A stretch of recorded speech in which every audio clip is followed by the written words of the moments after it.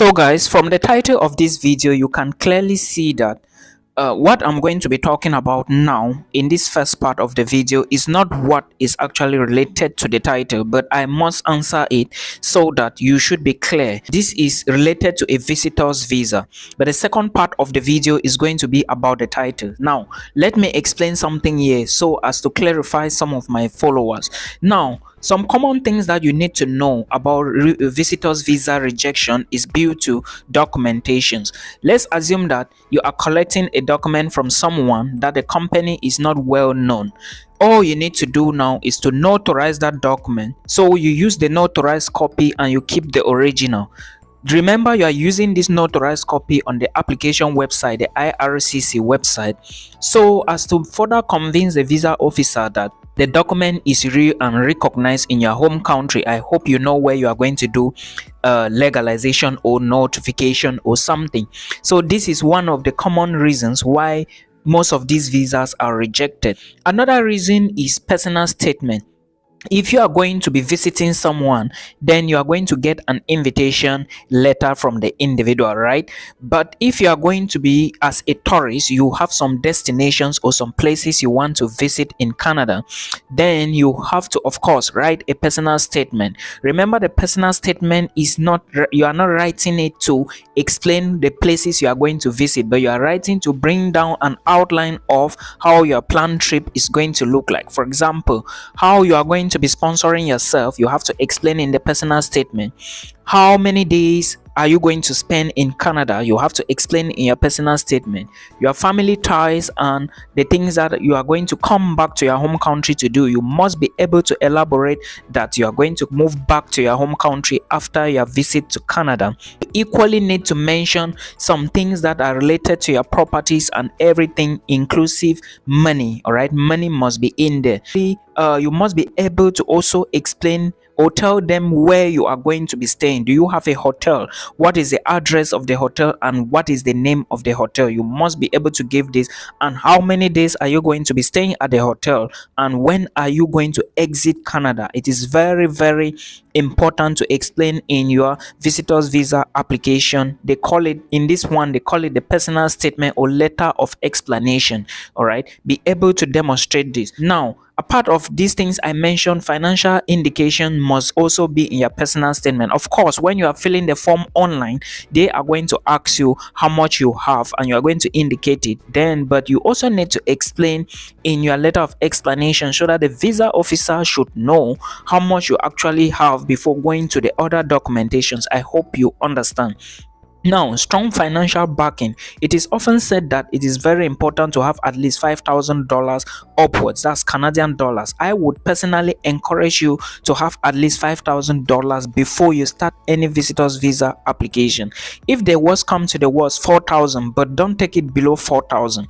And also, it depends on the number of days you want to stay in Canada before you are going to be doing all this arrangement. On the safe side, to be on the safe side, make sure you have at least 10,000 in your bank account, your own personal bank account, because it speaks volume for you. And especially if you have a job and you are employed, it speaks volume for you because they will see that at least you are going to return home to your job, and you have to explain to them in your personal statement or letter of explanation. All right, and this money is going to help you. At least it's going to put you in a better position. Remember, you are a tourist, you are moving to Canada to spend money. Therefore, when you are returning back to your home country, you need to equally show that you still have some of that money, that you are going to take care of yourself before you settle in and start working. This is the main aim of the visitor's visa. You are not supposed to remain in Canada. That is their law. But of course, you have been watching my channel, so you know what to do. So this is the information for those who have been asking me. Now let's take a look at the second part of this video so that we understand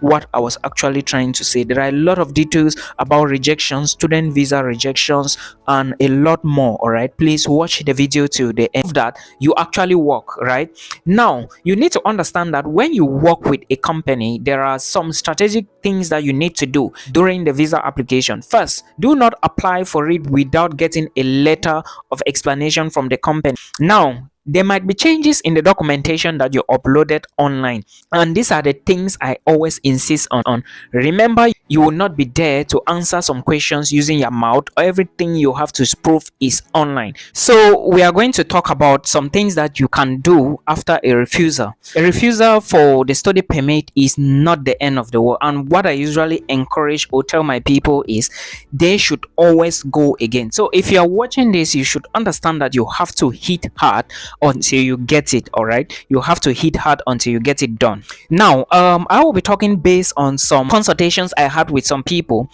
Actually, I want to draw an attention here. Let me say, if you are one of the people who are going to be applying for visas, or if you already apply, you should understand that most of the time refusals do not mean that most of the things are not correct, but something may happen. A document may be missing. So what I would say is always put the things together. And after a refusal, the very first thing you should get is the GSM note. Is it a GCSM note or something like that? Now, because you may just get a random email that it has been refused, or your visa has been refused, or your residence permit has been refused. Now, the only thing to tell you the reason why it has been refused is the GSM note. All right, you already know what I mean. You can do more research on that. So when you get that, now you are going to know specifically what was the problem. Sometimes you may find things like we are not convinced that you are going to return back home. Sometimes you may find you do not have enough funds to sustain your or maybe for your purpose, or for the purpose of your trip, you do not satisfy enough funds. Sometimes they may say we are not convinced that you are going to return back home based on article this. That is all part of the process. Now the GSM note is going to direct you on what to do. Let's take for example, let's assume that you work with a company and probably you applied for it, then after maybe like 2 weeks, 3 weeks, and you get this offer of rejection, or let's say you have been rejected, right? And now your GSM note is saying that you are not convinced that we are not convinced that you are going to return back home after you finish the program. And initially you gave documents to the visa officer that, or you gave them proof to prove that you actually work, right? Now you need to understand that when you work with a company, there are some strategic things that you need to do during the visa application. First, do not apply for it without getting a letter of explanation from the company. Now the letter is going to state that after the program you are going to come back home and continue with your job, and most of the time they should also elaborate on the fact that after you come back you have to gain promotion. Maybe you were just working as a normal somebody, and when you return back they should specify it that they are sending you want to go abroad and get some knowledge, so that when you come back you are going to be promoted to the post of the supervisor, or maybe the chief of staff or something, right? They have to specify this. It is very, very important, so that when the officer sees that, they will be convinced that after the program you are going to return home. Otherwise, if you do not state this, it is going to be very difficult for you to get the visa. And most of the time, if you check people who are working, those that actually got refusals is because of this. The employer will give you a letter to state that you are going to school, but if he doesn't mention that you are going to return back home to gain promotion, or maybe to assume your position, it is going to be very, very difficult for you. Then most of the time you would get things like maybe you do not have enough funds. All right, most of the time. Now I'm not saying that it is something that occurs all the time, right? You can have the same amount of money with someone, and at the end of the day you see that the person gets in while you are not accepted. These things do happen. Now there might be changes in the documentation that you uploaded online, and these are the things I always insist on. Remember, you will not be there to answer some questions using your mouth. Everything you have to prove is online, which means that if you are uploading documents, make sure you bring out all documents explaining where you are getting your money from. It's very important. And do not leave out the letter of explanation, because it's also very important. You have to explain this to the visa officer to understand what you are doing. Now most of the time, if you work, you may get things like pay slips, right? If you work, you may get a pay slips, and your employment contract must be there. You need to upload this.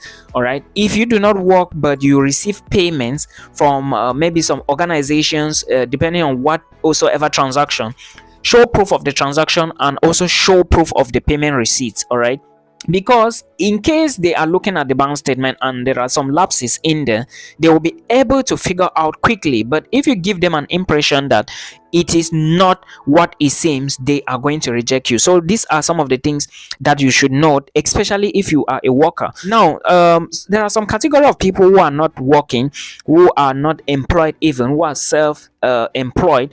In this case, you can, if your business is registered, you have to show the documents. But if it's not registered, no problem, you have to drop it. Okay, it is not a must. But if a registered business, in fact, a registered business is the key, is the goal. All right, so you should make it registered. Or if you have other sources that you are going to prove, then make sure you just take pictures of the business, then you attach them, and you are good to go. It's very, very important. Also, you have to explain that you would get a promotion after you return to your home country in the company you are moving away from. I hope you understand. I already explained this, and it's something you should put into consideration because a lot of people still fail to understand this. Now, another thing is family ties. You need to show documents. All right, if you have a home, if you have a house, if you have maybe a car and stuff like that, do you own buildings, do you own houses, then you have to show paper documents of it. Don't tell me that, Milton, I don't have paper documents because of this. No, you need to show legal documents of the property you are talking about, you are claiming to be your property. Things like this do happen. If you have lands, they are still okay to go. All right, show the papers. Then most of the time, it's always good to elaborate more about your own initial family, your own family itself. All right, not like extended, your own family. That is going to help you again for what we call proof of family ties, right? Home ties or family ties. So they are also important. Now let's go back to the statement of purpose. I'm just touching part by part because I want you guys to understand something here. The letter of explanation, most of the time when you are refused, you have to check the letter of explanation well. Sometimes you may get things like I'm not convinced, the purpose of your trip is not consistent. I'm not convinced that you are going to leave because of the purpose of your trip is not consistent. Most of the time, maybe you put irrelevant things in the statement of purpose, or maybe things that doesn't really matter to them. That is why you get such response. And some people, either when they start talking of A, most of the time they go to B, and before you know, they are at C. That is inconsistency, all right, in your letter of explanation. So you need to step up the game, then do it again. You have to state the school where you are going and all the other places and when the program is going to finish. If you fail to do this, you are being inconsistent with respect to the program you are about to start. All right, and that is a very big red flag. Then also remember, career goals is very important for you to explain on the letter of explanation, because without great career goals, it is going to be very, very difficult. You have to explain and tell them why you actually want to study the course, because of what. You always need to link it back home. All right, it's always important to link courses back home. Don't give them the impression they should have at the back of your mind when they hold your application, or when somebody or the visa officer hold your application, should be that you have to return back home, and you should be stating that. If you fail to explain this, it is a very big problem for you. How you plan to find jobs back home is another great way. Remember, all these things I'm reading, you may not find them on WhatsApp or Facebook. You have to go to the necessary places, the Google, and do some research. If you don't, then you skip to YouTube and watch YouTube videos. This is the only way that you can succeed when it comes to immigration. Now, those of you who are above 40 years, 40, 45, 50 years, you have to take special note. All right, special note is required. Like, you have to pay attention to details. Like I always say, if you are not, like, if what you are currently doing at your job site is not related to what you are applying for, drop it and go for what is related to the program you are applying for, because at the end of the day, they want to see the correlation. Remember, your age is already moving ahead. They want to see the correlation if you actually want to study and move back, or you are just coming in to remain. And if you are planning to come in and remain and you do not not defend yourself well, you will be rejected. It's very, very important for you to understand. Now, let me say this again. The money you put in your bank statement is a very big red flag. Let's say the huge amounts you put inside are red flags. Why do I say so? You don't just take something huge today, then you put in an account and you expect the visa official, they will just suspect you, because remember, they are working with dates. They look at dates and before they call your, even the company that gave you the document. So you have to be careful and avoid being banned from this particular place. Yeah, this is a place where everyone wants to enter, so you have to be careful when dealing with your application. I hope this is clear now. Till we meet again in another one.